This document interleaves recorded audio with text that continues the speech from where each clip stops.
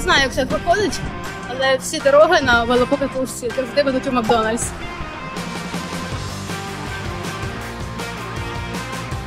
Я вперше пробую український бургер з хріном і цибулею.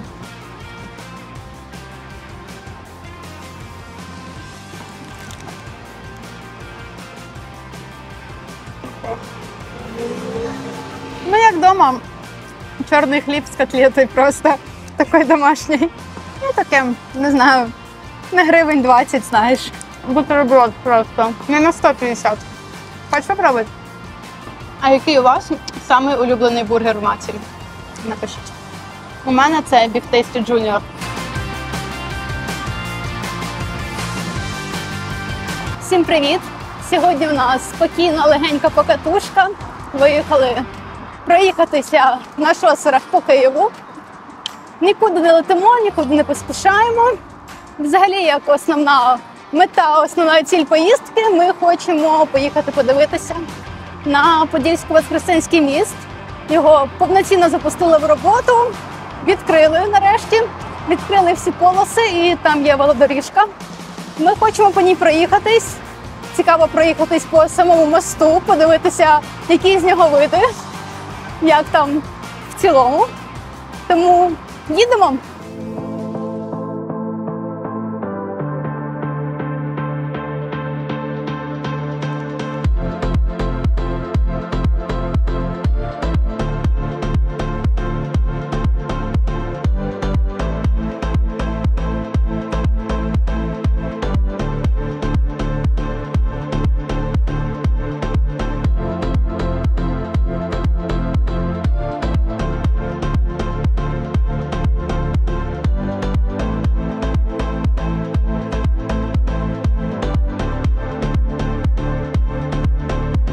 До моста, то по ньому дуже класно їхалось.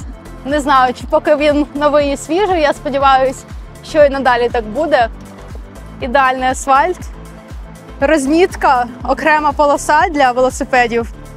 Мені дуже сподобалось. Я, звісно, зараз розкатаю губу, але класно було б мати якийсь такий круговий маршрут по правому-лівому берегу, щоб можна було катати. Але це поки в мріях. А ми зараз продовжуємо катати і хочемо поїхати поповнити запаси води.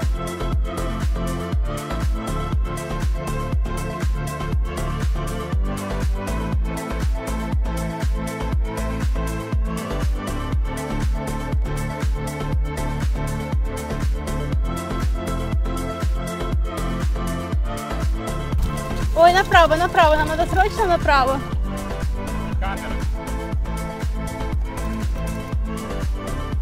Я аккуратненько.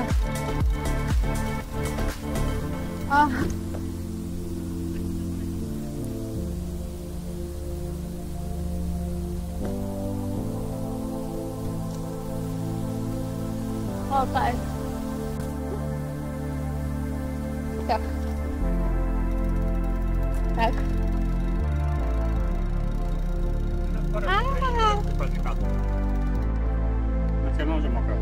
Так, подожди, мені треба підписників протерти. Клас! Я наче на морі у хвилю заїхала. Клас.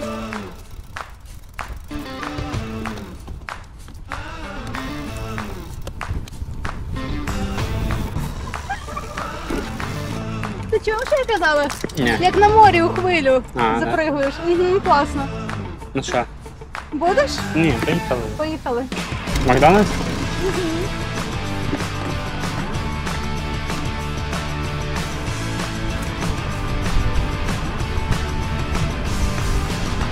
Ми зробили другий підстоп у Макдональдсі на Троєщині. Вода закінчується просто з неймовірною швидкістю. Дуже жарко сьогодні. І води не вистачає.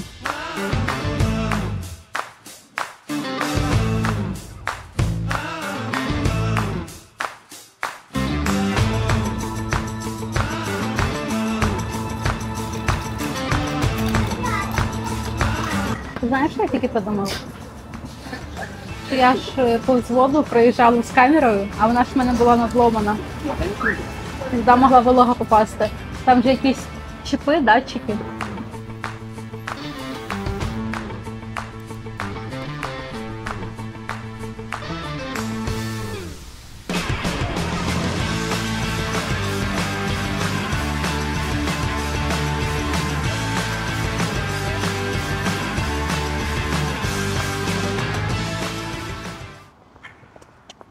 А що у вас сталося?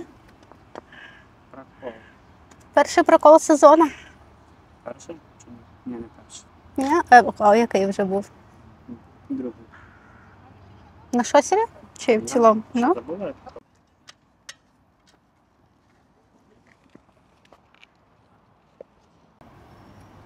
Якась колючка. Що? Так, поки там Женя міняє камеру, я з вами трошки поспілкуюся і розкажу, що я нарешті зареєструвалася на Київську сотку. Уху! Я завжди відкладаю реєстрацію на гонки до останнього дня, бо я не знаю, чи я поїду, я не знаю, в яку мені категорію реєструватися, я не знаю, скільки кілометрів мені їхати. І я отак відкладаю до останнього дня. Але в цьому році я зареєструвалася в категорію шосе, звичайне шосе, не в спорт, на 100 кілометрів. Хтось мені писав, що я там зі своїм рівнем підготовки маю їхати в спорті. Люди, який в мене рівень підготовки? Те, що я просто катаюся на велосипеді, це не означає, що в мене там якийсь високий рівень підготовки. Накат в мене в цьому році 2500 кілометрів. До речі, щодо категорії спорт, я не знімала відео з цієї гонки, але в червні я їздила гонку, яка називалася, зараз я вам скажу.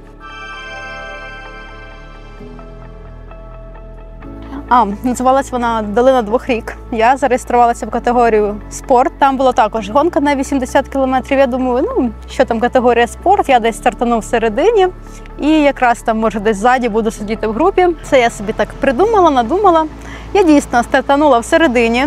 І буквально на старті, я навіть не знаю, я навіть кілометру не проїхала, я опинилася в кінці. І потім я зовсім відпала з групи.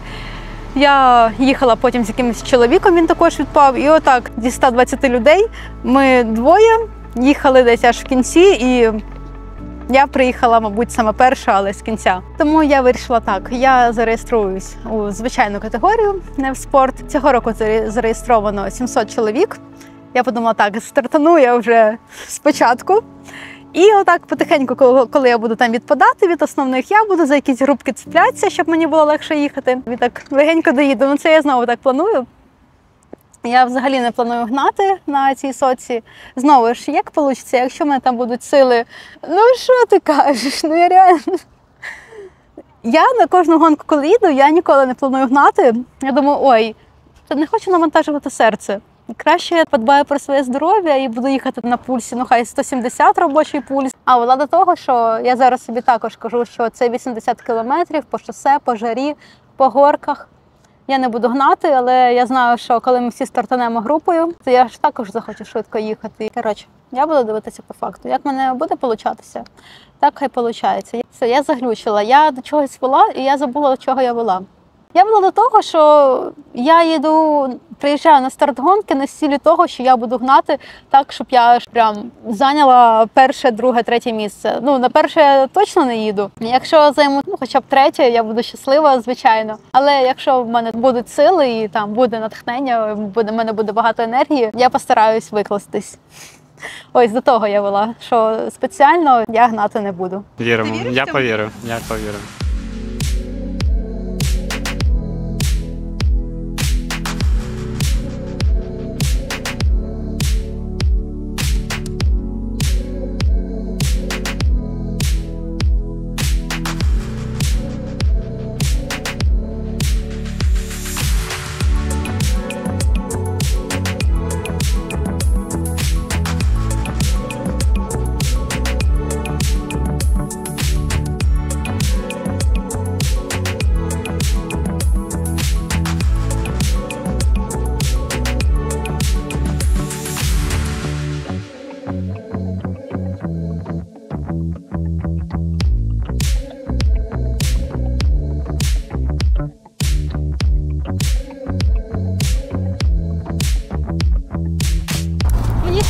Написали.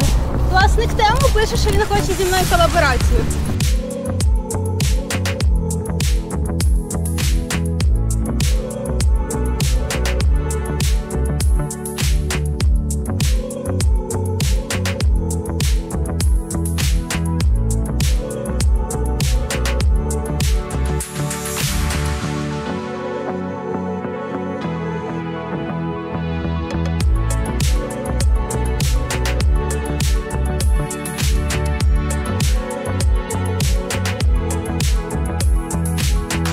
Ми вже їдемо додому. Сьогодні у нас вийшло майже 50 кілометрів. На сьогодні цього достатньо. І з дому я з вами поділюсь історією нашої вчорашньої офігітельної покатушки. Потужники сьогодні приїхали. Майже 50 кілометрів за 5 годин. І хто там мене з такими показниками відправляв їхати категорію спорт? От скажіть. І так, розказую історію, як ми вчора на такому ентузіазмі поїхали досліджувати нові стежки, нові дороги, нові якісь маршрути. І його прокладала саме я. Виїхали ми на МТБ. А коли я виїжджаю до МТБ, це значить буде відбуватися якась фігня або з велосипедом, або в процесі катання. А вчора було і одне, і інше. Колись в мережі я побачила покатушку навколо України за один день. Це не в буквальному сенсі за один день проїхати по всій Україні. Є такий маршрут, протяжність його 130 км по контуру України, проїжджається трек в Страві. Я подумала, що 130 кілометрів – це для мене багато на МТБ. Ну, це дійсно багато. Звичайно, це можна зробити за один день, але мені не хотілося. Отже, в інтернеті я знайшла такий сайт, де можна ввести форму чого ти хочеш проїхати, і по вулицям твого міста цей сайт побудує маршрут. Ось ця велокарта України. І ось воно робить контур. Я вибираю. І накладується мапа. Синім – це контур, а червоним – це вулиці, по яким мені потрібно проїхати. Ну, я собі взяла ось так, типу там прикинула, що я хочу там на МТБ проїхати. Ну, отакий я приблизно зробила маршрут собі. І воно мені порахувало, що він має бути 86 кілометрів. Я собі там все відредагувала, як мені потрібно. Подивилася, по яким вулицям плюс-мінус потрібно буде їхати, щоб не було ніяких там складних переїздів. І наче все окей. Загружаю маршрут на Garmin, на велокомп'ютер. І виїжджаємо. Але я ж не просто так казала, що коли я виїжджаю на МТБ, відбувається якась фігня. Я від'їжджаю від дому 20 метрів і в мене починає терти тормоз. Я зупиняюся перший раз налаштувати каліпер, не допомогло. Другий, третій також не допомогло, я не налаштувала, продовжую терти. Зупиняюся ще раз, знімаю каліпери, розжимаю колодки.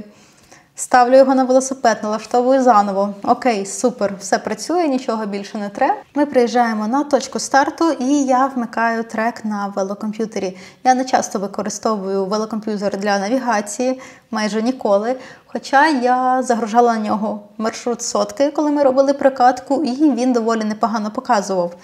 Хто знає, хто слідкує за моїм інстаграмом, то в мене є колаборація з Quadlock. Це тримачі для телефонів.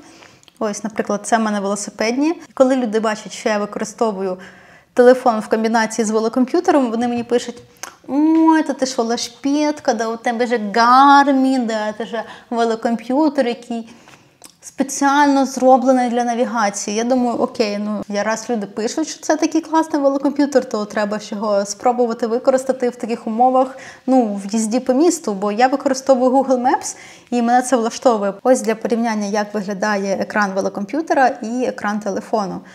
То, звісно, мені набагато зручніше використовувати телефон, але коли я їду на якісь довгі дистанції, то я розумію, що він швидше розрядиться. Тому я вирішила загрузити все-таки на велокомп'ютер і заодно попробувати, наскільки це зручно. Оцей дурачок не міг розібратися сам з собою. Тривоги не було, GPS нічого не збивало, він реально показував, де ми знаходимось. А от щодо прокладання маршруту, ну, йому як щось було пороблено. Він не міг визначитися, в якій стороні світу він знаходиться. То він показує, повертай тут праворуч, то тут ліворуч, то там ліворуч через 200 метрів, тут уже через секунду він показує, повертай через 10 метрів. Ну, тобто, у нас же маршрут, це не просто якась пряма була там з одним поворотом, це такі повороти туди-сюди, там туди-сюди, десь в двір, десь на дорогу. І тупо Garmin нас водив так, що ми, от як сьогодні, там 10 кілометрів, ми їхали, не знаю, годину просто із-за того, що ми постійно зупинялися, щоб дивитися, куди нам їхати. Ми на це витратили дуже багато часу. Я була дуже зла, і я подивилася, що ми 20 кілометрів їхали 3 години просто, ну, у себе тут по району. Там же є дорога прямо?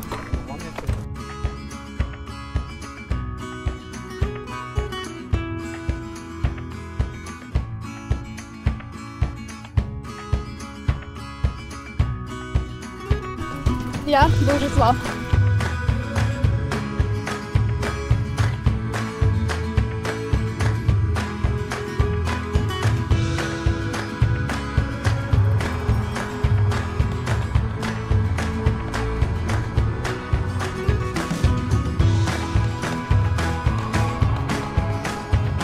Це піпець. Йшла 3 година.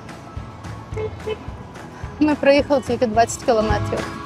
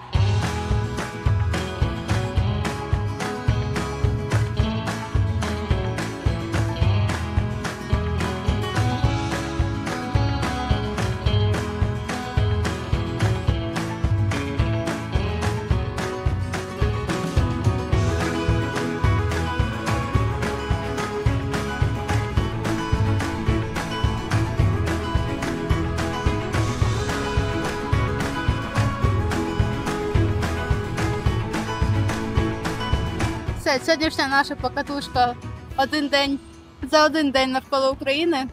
Закінчується біля АТБ.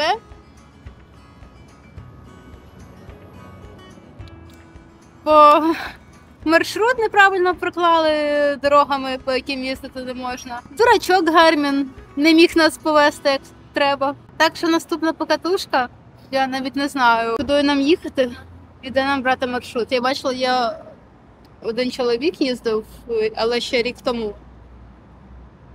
Можливо, можна буде викачати його маршрут і по ньому поїхати, але за рік багато чого може змінитися в плані перекриття якихось доріг. Я вже подумала, що це я якась. Я що, не можу розібратися з таким офігенним велокомп'ютером, як Garmin? Окей, даю його чоловіку. Чоловік з ним проїхав 500 метрів і каже, що він якийсь дурачок, чому він нас водить по якимось вулицям сусіднім, а не по тим, які нам потрібно. І за цей час ми встигли проїхати лише ось таку дистанцію, що виділена синім, на 36 кілометрів. А нам треба було проїхати ще 50 кілометрів по невідомості, і на годиннику вже була 18 година.